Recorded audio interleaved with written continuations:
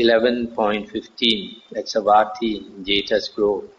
Then Sakka Devaraja approached the Blessed One, paid homage to him, stood to one side and said to him, Venerable Sir, what is a delightful place?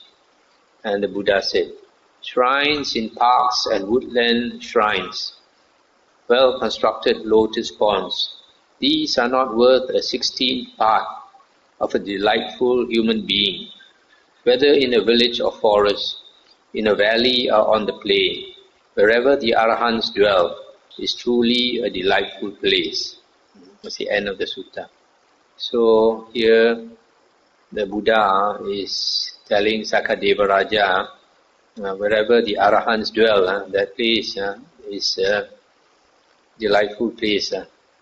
Why? Because Arahants, their mind is very tranquil, very calm, very peaceful.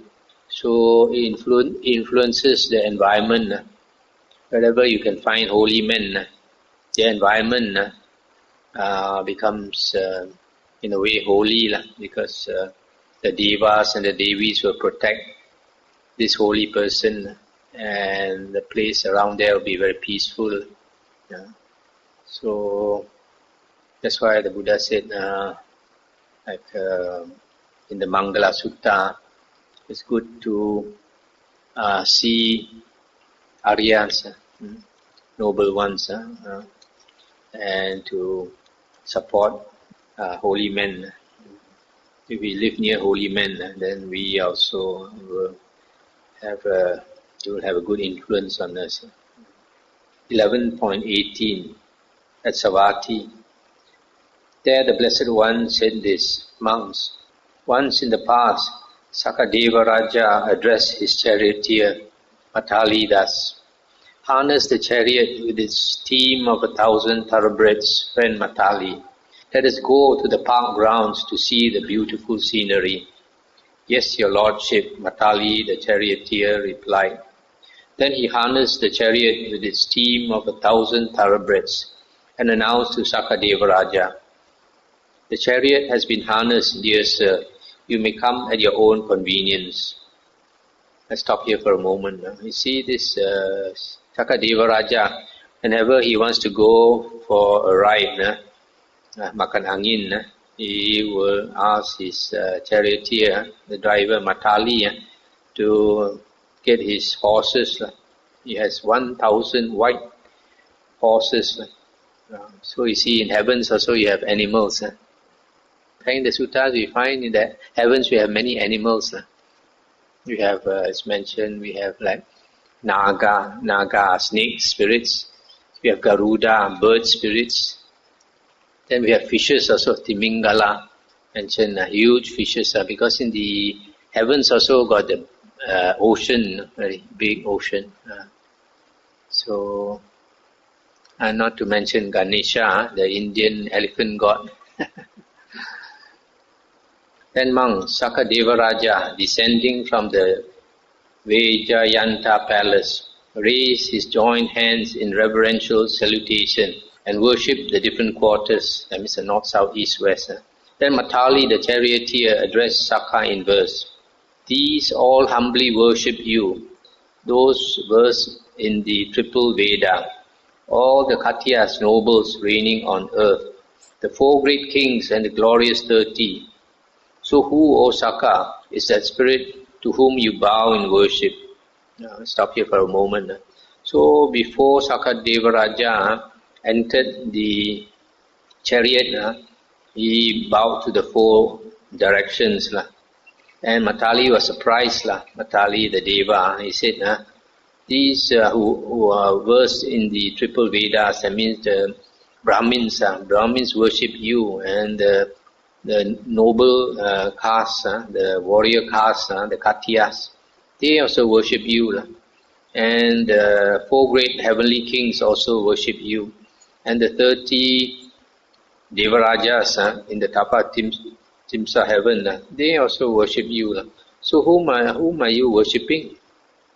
And Sakka Devaraja said, these all humbly worship me, those versed in the triple Veda, all the Khatyas reigning on earth, the 4 great kings and the glorious 30.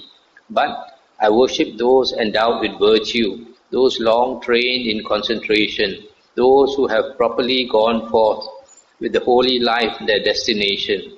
I worship as well, O Matali, those householders making merit, the lay followers possessed of virtue, who righteously maintain a wife. Now I stop here for a moment. So here Sakka Raja says that firstly he worships those ascetics or the monks who lead the holy life, who truly lead the holy life. And then he also worships the householders, lay people who are virtuous and do good deeds. And then Matali said, those whom you worship, my Lord Sakka, are indeed the best in the world. I too will worship them, those whom you worship, Vasava. So then the Buddha said, having given this explanation, having worshipped the different quarters, the Deva king Magava, Suja's husband, the chief, climbed into his chariot. So he went and to enjoy himself. So here you see, Devaraja like this, Sakka, he also respects holy men, those who walk the holy path, and even virtuous lay people. So hopefully Sakka Devaraja is keeping an eye on us.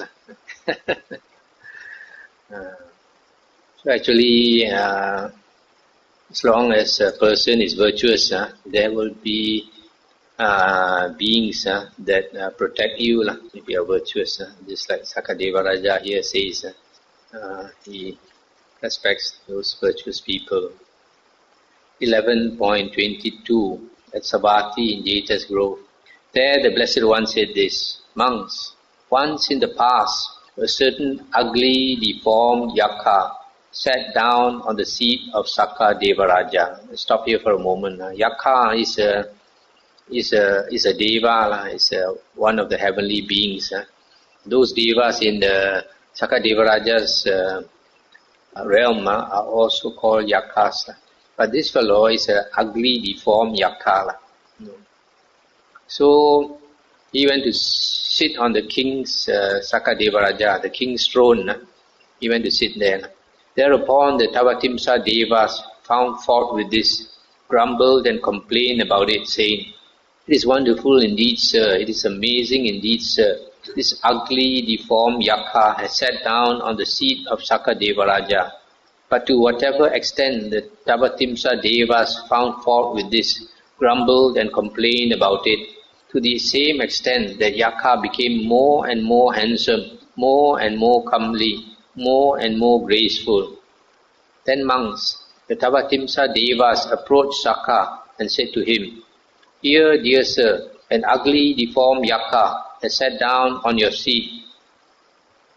And then they explain that the more angry they got, the more beautiful the yakka became. And then they said, that must be anger-eating yakka. The more anger you have, it feeds on anger. Then monks, Sakka Devaraja approached that anger-eating yakka. Having approached, he arranged his upper robe over one shoulder, knelt down with his right knee on the ground, and raising his joined hands in reverential salutation towards that yakka, he announced his name 3 times. I, dear sir, am Sakka Devaraja. I, dear sir, am Sakka Devaraja. To whatever extent Sakka announced his name, to the same extent that yakka became uglier and uglier, and more deformed, until he disappeared right there. Then monks, having sat down on his own seat, instructing the Tavatimsa Devas, Sakka Devaraja on that occasion recited these verses. I am not one afflicted in mind, nor easily drawn by anger's whirl. I never become angry for long, nor does anger persist in me. When I am angry, I don't speak harshly, and I don't praise my virtues. I keep myself well restrained, out of regard for my own good. That's the end of the sutta. So actually, when the Devas came to tell Sakka Devaraja that this is what happened, they saw this ugly Yaka sitting on his throne, and then the more they got angry, the more they grumbled, the more beautiful this Yaka became. Then Sakka Devaraja realized that this must be an anger-eating Yaka. So he knew what to do. He went to him and then paid respect to him, knelt down on his knee and all that, and announced his name. The more respect he gave to this ugly Deva, the more uglier it became. And he continued doing this until that Yaka disappeared. So when we reflect on this sutta, we can think perhaps this type of anger-eating Yaka is also inside us. This demon is also inside us. Whenever we get more and more angry, the demon inside us becomes more and more powerful, more and more bigger, more and more beautiful. So the only way to defeat this demon inside us is not to get angry, because it feeds on anger. So every person we have this good and evil inside us. So the evil inside us wants us to be angry, wants us to be jealous, wants us to do all the evil things, to break the precepts and all that. So if we listen to this evil inside us, then it will become stronger. So the only way is to do the opposite, and then you will become smaller and smaller. That's the end of the suttas I'm going to read in this Sakka Samyutta, which means that I finished 11 Samyuttas, and that is the first book, Sagata Vaga, the first book of the Samyutta Nikaya. We have finished. So the next book starts with Nidana Samyutta. Nidana Samyutta, that is dependent origination. Actually, Nidana means causation. So instead of doing it today, I think I will do it tomorrow night, because it's a totally new subject. And also this Nidana book, this chapter is one of the tough nuts we have to crack to understand. So I'll only start on it tomorrow. So you have anything to discuss tonight? You can discuss. Yeah.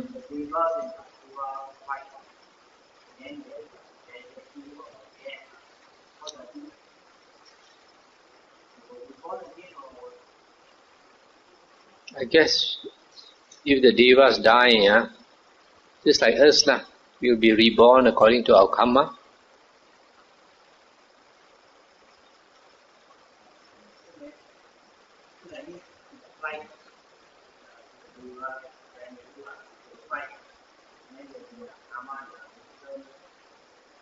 Yes, I would think so. It's only the higher devas that they don't fight. Lower devas fight and kill.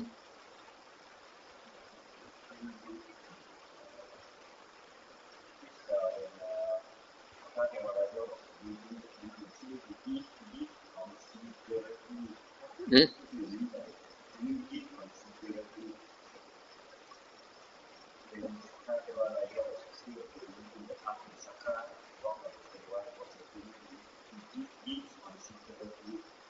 What page is that?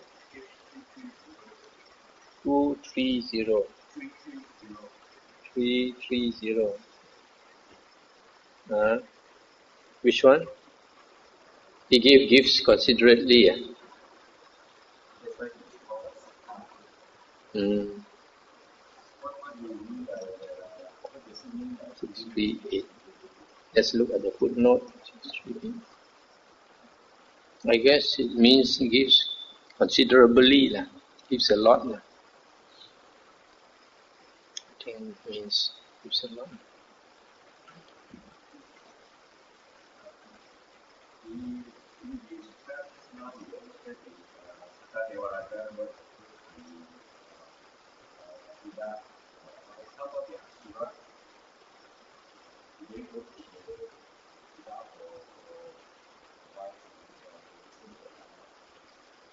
I think seldom because their character is such, they are not so interested in the Dhamma, they don't practice the Dhamma so well, whereas Sakka Devaraja, he values the Dhamma, so he practices according to Dhamma, so he wants to learn Dhamma.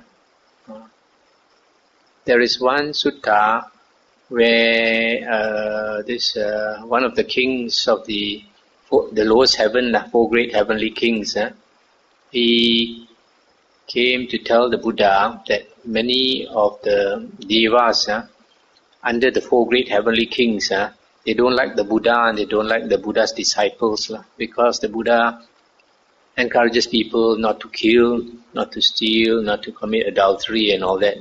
And many of them, they have to kill maybe to get their food. And they find it difficult to keep the precepts. So because they find it difficult to keep the precepts, so they don't like the Buddha and the Buddha's disciples. So this Deva Raja, he taught a chant to the Buddha, and he asked the Buddha, Atanatya chant, to teach the monks. And this chant, when you chant this one, we sometimes we chant at night. We start with Vipasisa namatu chakumantasa sirimato si kisapi namatu. We praise the 6 Buddhas, or the 7 Buddhas. And then after that, they recite the names of the Deva Rajas, all the Taikor, all the Tiger Generals of the Deva world. So when we recite all the names of the fierce Devas, so if any Deva wants to harm you, when he hears you reciting all these names, then he gets frightened. So it is one of the protection chants. So from this you can see that not all Devas like monks. Some of them don't like monks. In fact, in the Vinaya books, it is mentioned that if there may be certain places where you have some fierce spirit which can harm a monk, the Buddha says a monk should not go there unless the monk has got psychic power.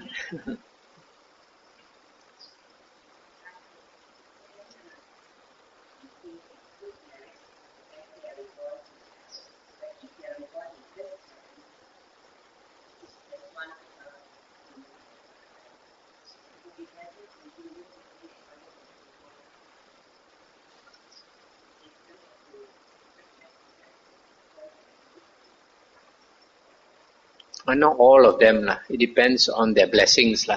Just like in the human realm. In fact, the human realm is quite similar to the heavens. In the human realm, you have people who are very well off.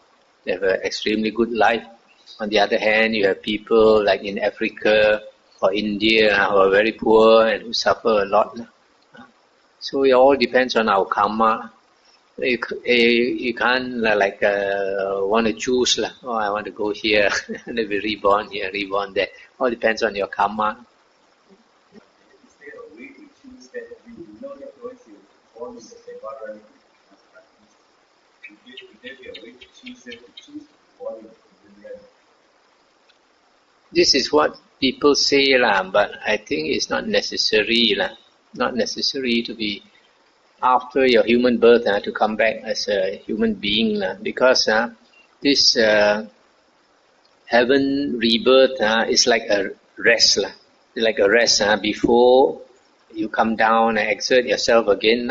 Because you look at our Buddha, our Bodhisattva, he mentioned that when he met the Buddha Kassapa, he was a Brahmin.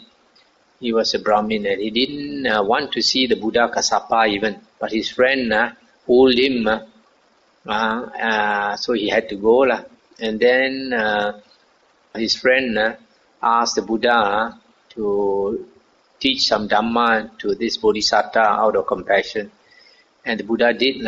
And after hearing the Dhamma, this Bodhisattva must have attained stream entry because he renounced the home life and became a monk under the Buddha Kassapa. And after that lifetime, he was reborn in the Tusita heaven. And after Tusita heaven, he came down to the human world as Siddhartha Gautama and became enlightened. So you see, he went to heaven. It was not time wasted. It's like go up there and recuperate. Get some inspiration, get some rest, and come down, and then you have to strive.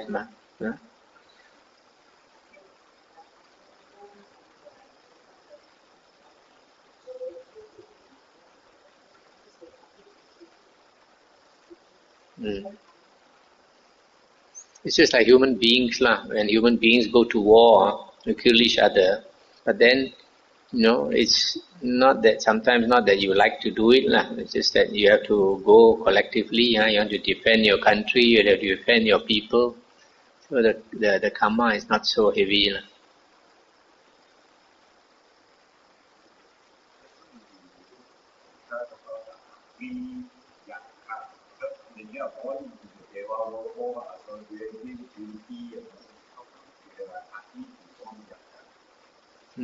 I'm not sure. And he can change. Just like human beings. There's so many beautiful looking human beings. Sometimes you get an ugly looking one.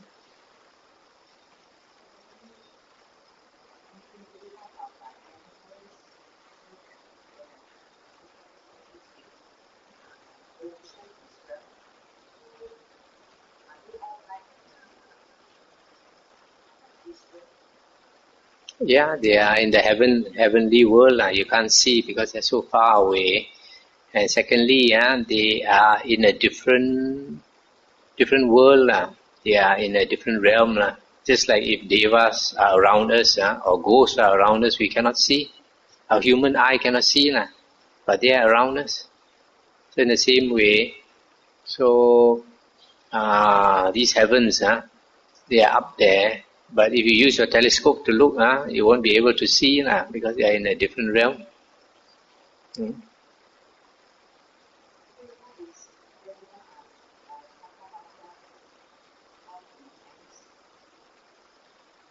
I'm not sure. Because Chinese, we don't have so systematic description of the heavens like the Buddha has described. In Penang, normally we follow what Bhante Suvano says. We call him Thi Kong. Thi Kong, which probably the equivalent is Dục Wong Tai Tai. Dục Wong Tai Tai.